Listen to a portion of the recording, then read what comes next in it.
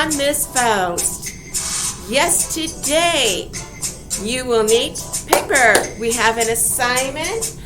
After I do a summary of Sir Arthur Conan Doyle's The Adventure of the Speckled Band, I will be assigning the newest essay.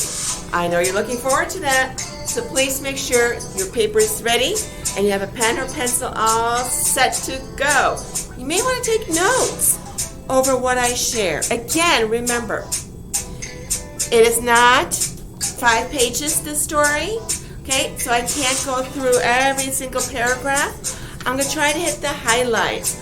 One moment, please. Woo! That was good. I'm back, and it's so much quieter now. I can hear myself think. Yes, indeed, and you can hear me. Okay, I want to start with a question. I'm going to be referring to my story handout and to my sheet here that's got questions, okay, to make sure I cover the highlights. Okay. Allusion. Remember we talked about that when we talked about literary elements? Allusion means what? Reference, yes. Biblical, mythological, okay, historical. Good job. You remember? Great. Great. Oh, we could have a test over those. You want another test over? You don't? Okay. Well, actually, should we have a test? I mean, it's not like we've had one. Or have we? Yes, we have. Okay, I'm just kidding. Okay. Allusion. Think about this. The speckled band. What does that refer to? And I'm talking about the illusion. What is the illusion there? Speckled band. The adventure of the speckled band. Speckled band refers to the gypsies. Remember, on his property, Dr. Roylott, remember Stoke Moran, huge estate, lots of property, okay, and he likes to walk off alone, and he goes to meet the gypsies. Yes, speckled band's actually a reference to the gypsies because of the colors, okay, all right. Speckled being color, spotted, and the like. Yes, thought I'd ask there. Because that title, you might say, why do we have that title? What band are we talking about? It's a reference to the gypsies in the story, okay? Also, I want you to remember, it is a mystery. Does it fulfill the definition? It does, doesn't it? It sure does. Remember the definition. A novel, play, or movie dealing with a puzzling crime, especially a murder, right? And are we dealing with a puzzling crime? Yes, we are. Okay, and that is how we meet Sherlock Holmes and Dr. Watson. By the way, who is telling this story? Yes, Dr. Watson is. His sidekick, his loyal friend. Okay. Also referring here, I've got all my materials handy, so in case you see me popping down this way, I'm referring. Okay. All right. So yes, Dr. Watson is telling the story, and Sherlock Holmes. The focus is on Sherlock Holmes. Yes, he is the detective. He is the sleuth here. We talked about the main characters. We talked about Watson. We talked about Holmes. We talked about Helen. We talked about Dr. Roylott. So now we need to figure out. Okay, it fits the definition of mystery. Yes, it is a mystery. The mystery is what? It's the crime of what? The murder of Helen's sister, Julia. How many years ago? Okay, I always like to go and refer here. Okay, hold on. Gotta get the right page. Okay. Whoopsie. Sorry, because I want to read a little section here. Okay. 2 years have passed since then. Since then what? Since the death of her sister. Okay, and my life has been until lately lonelier than ever. Yes, indeed. She does have a very close male friend, okay? But still, she's lonely. Why would she be lonely? We're talking about Stoke Moran. We're talking about Dr. Roylott.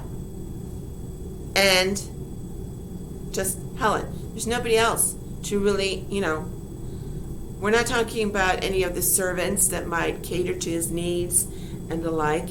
She has no one to talk to ever since her sister, her twin, died, which we're talking 2 years ago. Okay? And you might ask yourself, why did she wait this long? Well, at the time, she really didn't think anything of it. It was a little odd the way Helen's sister died. Julia died in a strange way. 1 minute she was fine. She's waking up. She's a little scared. She's asking her sister, did you hear noises? And then the next thing, you hear a scream, and then she's gone. But nobody was in. Nobody got out. So here we go. Okay? So 2 years plus pass, and what do we have? We have Helen in distress. She's nervous. She's thinking back to her sister's death. And now she's really thinking, it is very suspicious. Okay? And she finds Sherlock Holmes. And she tells him all about this. She tells him about how her mother had married Dr. Roylott. Okay? She's the one with the money. The mother. Okay? And if her daughters marry, they will get money. He will get her husband, in other words, their stepfather, Dr. Grimesby Roylott, will get money, but it's a small portion compared to getting the money of all three, the sisters and himself. So what do you think? Would that be a motive to get rid of Julia? It's one down. Perhaps. Okay.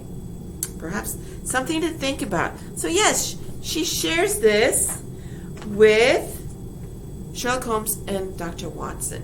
And naturally, Holmes, right away, is thinking, oh, I gotta go there. So yes, he goes there. He goes to Stoke Moran. He wants to meet this guy. This guy who keeps snakes, all sorts of weird animals, baboons and cheetahs, goes and congregates with gypsies, who's basically alone, who only uses a portion of the estate. The rest of the estate is falling apart. There's only, the sister's rooms, his, and just a few rooms that are livable. Okay? And now, after the sister's death, he's thinking, hey, Dr. Roylott,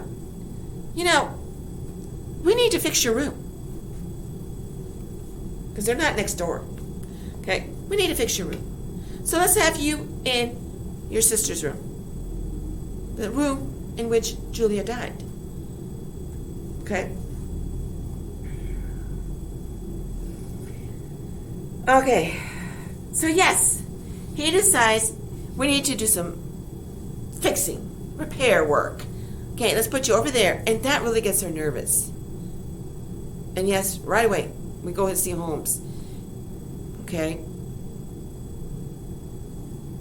So, Holmes is getting his suspicions. Once he gets there, not right away does he meet Dr. Roylott, but he checks out the setting and everything. And he finds some clues. Let me list some clues for you. For instance, there's a bell rope that hangs from the ceiling, and he would pull on that, and the servant would come running. Well, Helen tells him, it doesn't work. Okay? So why is it there? All right. The speckle band itself. Okay? In other words, it is an allusion to the gypsies, but there is a band, okay, that could fit around somebody's neck and the like. There's whistling. Remember, the dead girl heard some whistling. Okay. Then the ventilator, which for some weird reason was connected to the other room next door. Who was in that room? Yes, Dr. Roylott. Exactly. Okay, so the connection between the doctor's room and Julia's. So, in other words, they're connected conveniently. The saucer of milk that they find in a safe. Now, what in the world? And he's asking, is there like a cat in here? And she's like, no, not that I'm aware of. Okay. Why would be there a saucer of milk? Why would they need that? All these clues. So he's putting these together. And for some weird reason, nobody's thought of it. Not even Watson is getting the ideas. Put all this together. The connection to the other room, the whistling, the saucer of milk. Okay. Now Helen has to be in Julia's room. And I mean, that's the room where she died. Okay. Helen had no suspicions. Her male friend had no suspicions. Nobody. These are all clues that he puts together to come up with the solution, doesn't he? Okay. And so what do you think? What do you think Holmes is thinking here? Yes, he's starting to think Dr. Roylott must be behind this murder. And he may be trying to kill Helen. What would be the benefit of him killing Helen? What do you think? Any thoughts? The money. Remember, Julia was about to get married. Was engaged, married, and all this. And now, Helen is engaged to get married. Engaged, married, all that. Which means what? He won't get their money. It goes to them. Julia, her share. Helen, her share. And he will only get a little smidgen of their mother's fortune. But if they're both gone, both dead, all the wealth goes to Dr. Roylott. Is that not a motive to want Julia and Helen dead? Okay, so yes, Watson puts all these clues together. The ventilator, the speckled band, which must belong perhaps to some kind of animal. But in the illusion, yes, gypsies, because of their colorful clothing. Okay. So Doyle wants you to think big. He doesn't just want you to think a little collar. Okay. All that saucer of milk. So there must be some kind of animal. The whistling. So yes. So the day that he gets there, that evening, he solves the mystery, doesn't he? He does meet Dr. Roylott. Okay.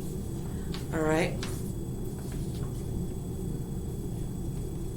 But he solves the mystery, does he not?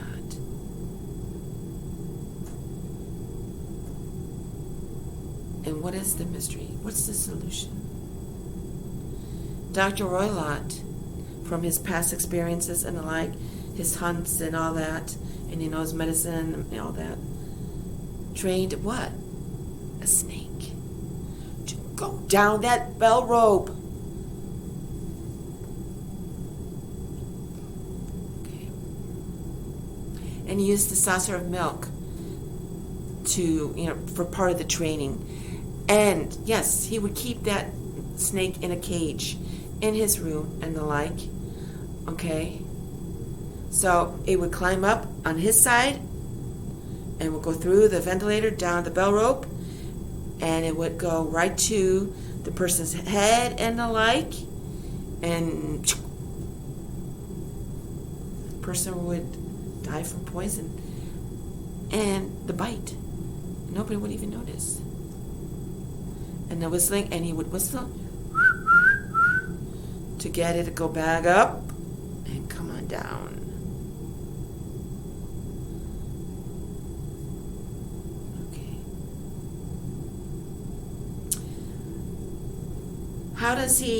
How does Holmes take care, how does he take care of Dr. Roylott? I mean, he does check out his room. In the end, he said, okay, he comes to the conclusions before I ever entered his room. An inspection of his chair showed me that he had been in the habit of standing on it, which of course would be necessary in order that he should reach the ventilator. The sight of the safe, the saucer of milk, and the loop of whipcord were enough to finally dispel any doubts which may have remained. The metallic clang heard by Miss Dorner was obviously caused by her stepfather hastily closing the door of his safe upon its terrible occupant. It's the safe. Sorry. Not occasion. Safe. Having once made up my mind, you know the steps which I took in order to put the matter to the proof.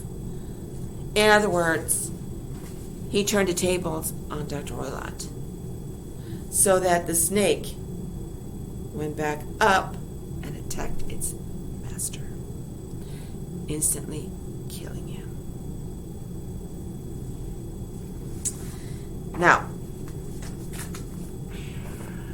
hold on.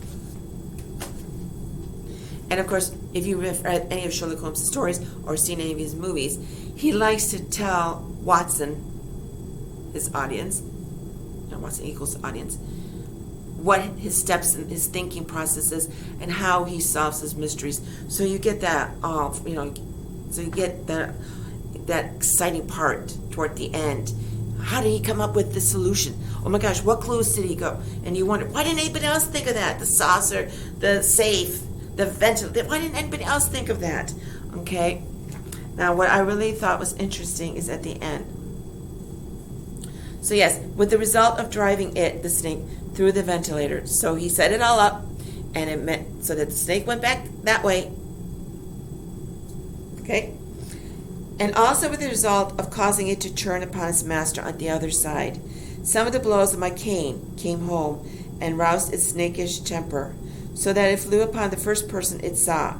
So yes, he used his cane, he made that racket, and because he was so trained by the noise and the like, okay, that was connected to attack.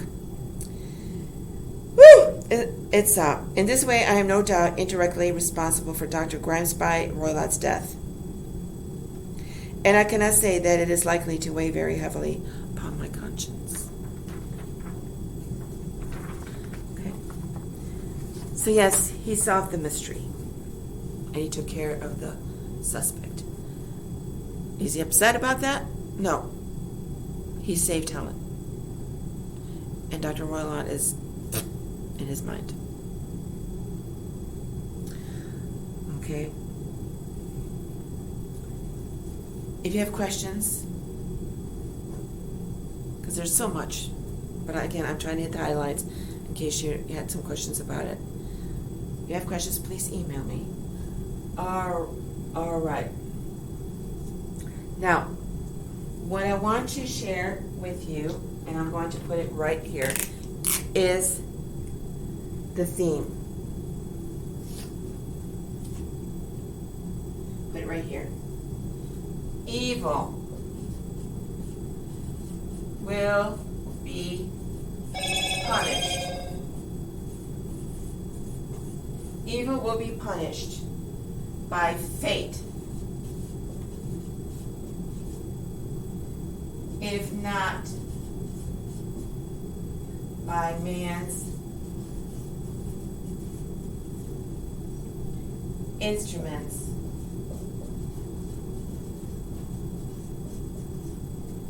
of justice.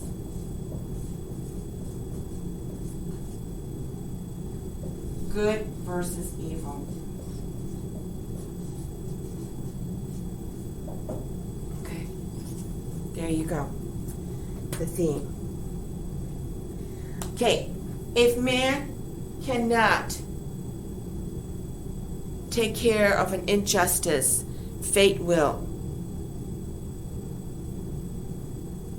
Will be punished by fate, if not by man's. Okay. Will be punished by fate, if not by man's instruments of justice.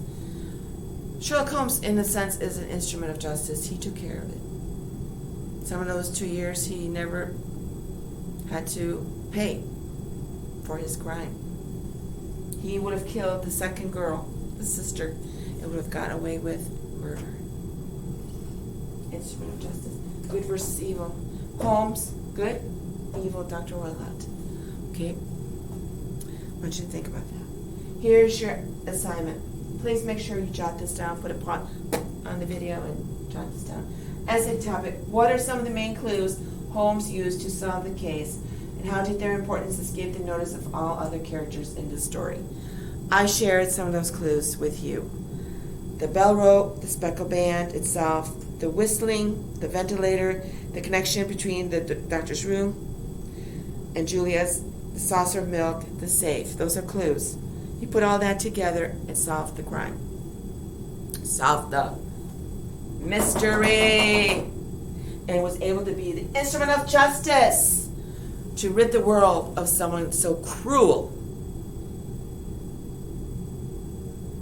as Dr. Ryland. Okay? What are some of the clues? And how did their importance escape notice? Okay, make sure you follow the PA writing formula. If you've forgotten, go back through the videos, your notes. Use evidence, only 3 pieces of evidence. So choose, if you like what I mentioned and you find, or you can't find any more, or you find some other ones, pick 3 of them. Just pick 3, bell rope, the ventilator, whatever. Okay, only 3. Explain their importance being unnoticed by the others. Not only talk about the bell rope and what Holmes might talk about it and where is it and what was its purpose and the like. Remember, the snake would come and back over through the ventilator. Okay, not only the importance of that sense, but also why did not Helen, why didn't she notice and put it together? Why didn't Dr. Watson put that clue together and come and solve the mystery? If you decide to do the ventilator, okay, talk about the ventilator, the importance of that. But why didn't Watson see the importance? That's what we're looking at. Does that make sense? Okay. Make sure Doyle's name and the story title in quotation marks, that they're in the first question. I need to see Doyle, his name, Sir Arthur Conan Doyle, The Mystery of the Speckled Band. I mean, The Adventure of the Speckled Band. Sorry. Mystery. It's such a mystery. Okay? I need to see that in the first question. Any questions? If you have any, let me know. Otherwise, for today, if I can find my spot, paragraph 1, the 3 questions. Just paragraph 1. Today. Send it off to me today, paragraph 1. Otherwise then, have a great day. See you next time. Bye-bye.